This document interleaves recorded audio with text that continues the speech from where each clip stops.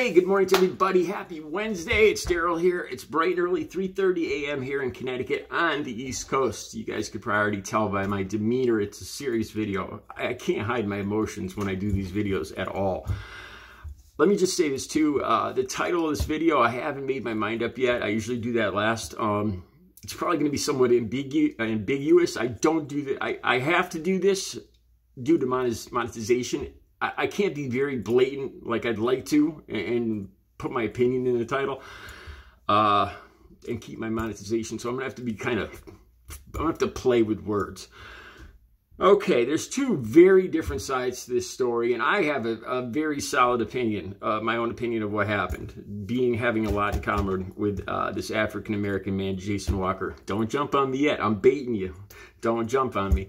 All right. Okay, a truck driven by Jeffrey Hash, a Caucasian off-duty police officer. His wife and daughter were in the truck. He says that he came down the road and this African-American young man was in the road jumping on vehicles.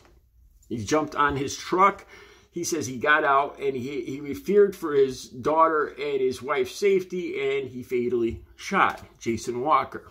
Okay, that's his side of the story. I don't buy it. I'm going to tell you that right off the bat. Okay, now there were spectators. There's people that saw this. There's a couple of people that came forward on social media that saw it, and they say it didn't happen that way. This was right in front of Jason Walker's home. Okay, the people, the spectators, and the other side of the story is he was just simply crossing the street. He was almost struck or struck by Jeffrey Hash's vehicle. And Jeffrey Hash then jumped out of the truck and fatally shot him. Now, I think I got a pretty good idea. Being a pedestrian, I walk over an hour a day. I'd ride my bike over an hour a day. I'm on the streets at least 2 or 3 hours every day. And I'm familiar with the way, I'm not African-American, but I am familiar. There's a couple different ways that vehicles treat pedestrians. I'm going to get into that in a second. From my opinion, from my standpoint here, I think to me it's pretty obvious. Let me note this too. In the police report after this, it says that one of the windshield wipers was torn off, and the metal portion was used to break the windshield. Now, this is kind of interesting because the windshield wipers on my car, I don't know if this was a really old truck or something, but the windshield wipers on my car, I'm not even sure if they're metal. I think they're composite. And I was trying to picture if I ripped one of my windshield wipers off and slammed it against the windshield, I don't even know if it would break the windshield wiper or the windshield. The windshield wipers I got are pretty flimsy. So, and that included in all this, I think I got a pretty good idea this is my opinion of what I think happened here. I think Jeffrey Walker was out in front of his house, maybe visiting a neighbor. You leave your house, you're out, you're not in it's your territory, it's your house. He's probably out there enjoying the day, crossing the street. And I imagine, this is my opinion, Jeffrey Hash driving by.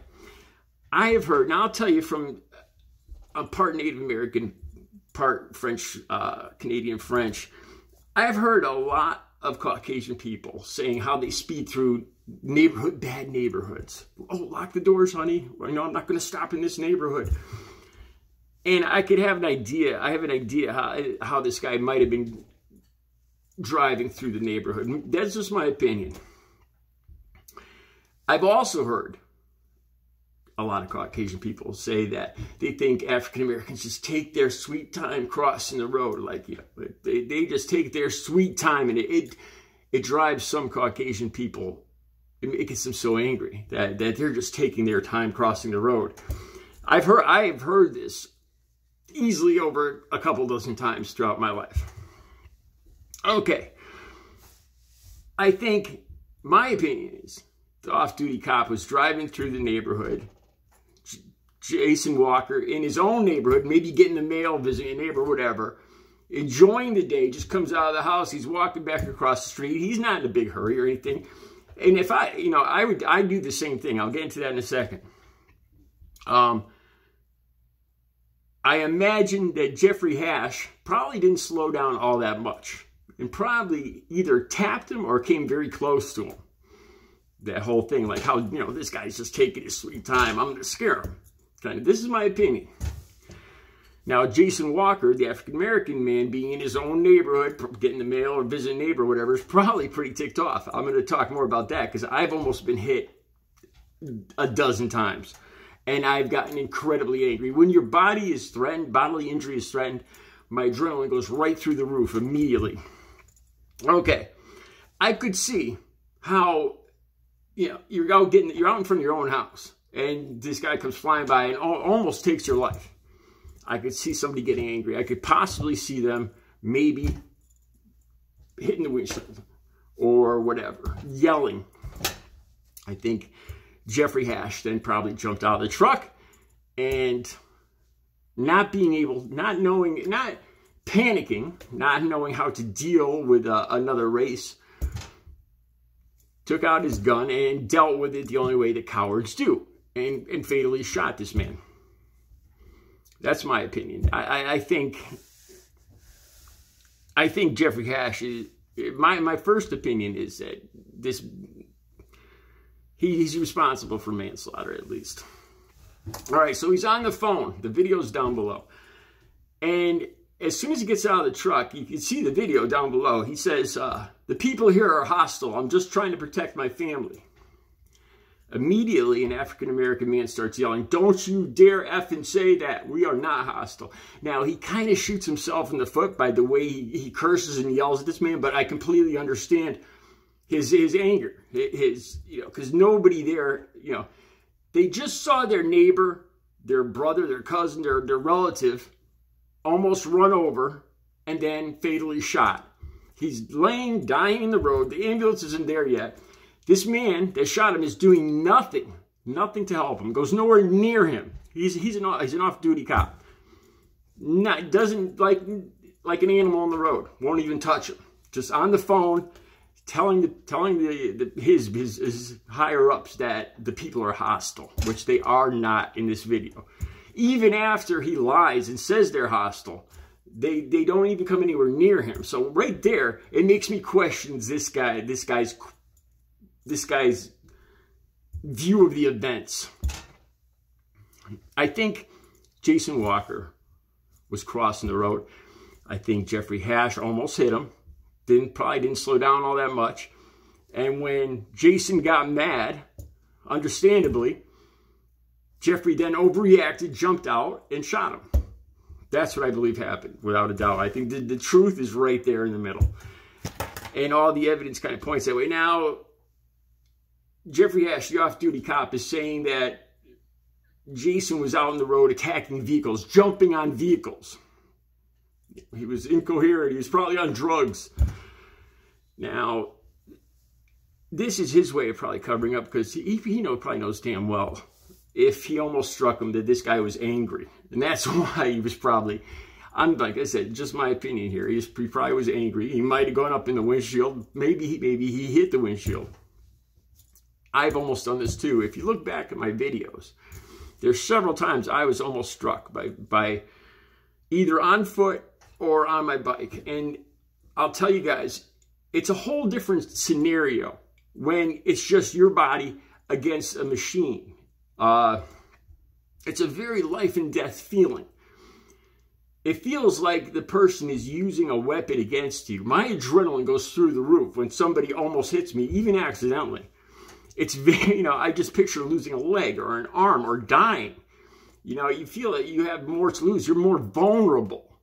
And you get that fight or flight instinct. I think that's what happened here with Jason Walker. I don't believe. We'll see with the toxicology reports. We'll see with mental health background. I don't believe for a second. I don't think anything's going to come up. I think he was just angry because this guy almost ran him over. That's my opinion on this. I don't know if I should even, at this point, I could look like a total idiot by telling you guys my opinion, but I'm pretty sure this is it. Now, let me say this too. Every single day I'm out there walking, and people react in one of two ways. A lot of times, either people will not slow down. Like, like, I'll cross the street and people will not slow down whatsoever. There is such a hurry. You know, I'm an artist. I have different hours, and these people are in such a hurry to get to Dunkin' Donuts or wherever they're going that they'll speed up. I've had people swerve into the breakdown lane and then laugh and then drive away and flip me off. I've had people aim their cars towards me. And then, conversely, I've been like 10 or 20 feet away from a street crossing. And then people will stop before and they'll tell me to Pat, they'll like, hurry up, Pat, you know, you can cross. So I'm not even up to the crossing yet. So this is inconvenient for me because now I have to hurry all the way up to the crossing and hurry up across the street. It's like they want you to hurry up and get out of their way. Either they won't slow down at all, or they'll stop and try to shush you by really quick. There is a middle ground where people will act reasonably. But I honestly believe when people are in their cars, and especially when they're on their way to work, they get this zoned out where it's all about them.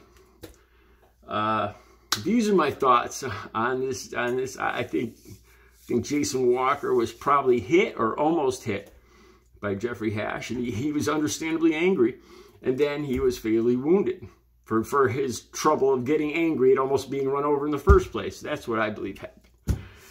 Let me know what you guys think. Have a good Wednesday.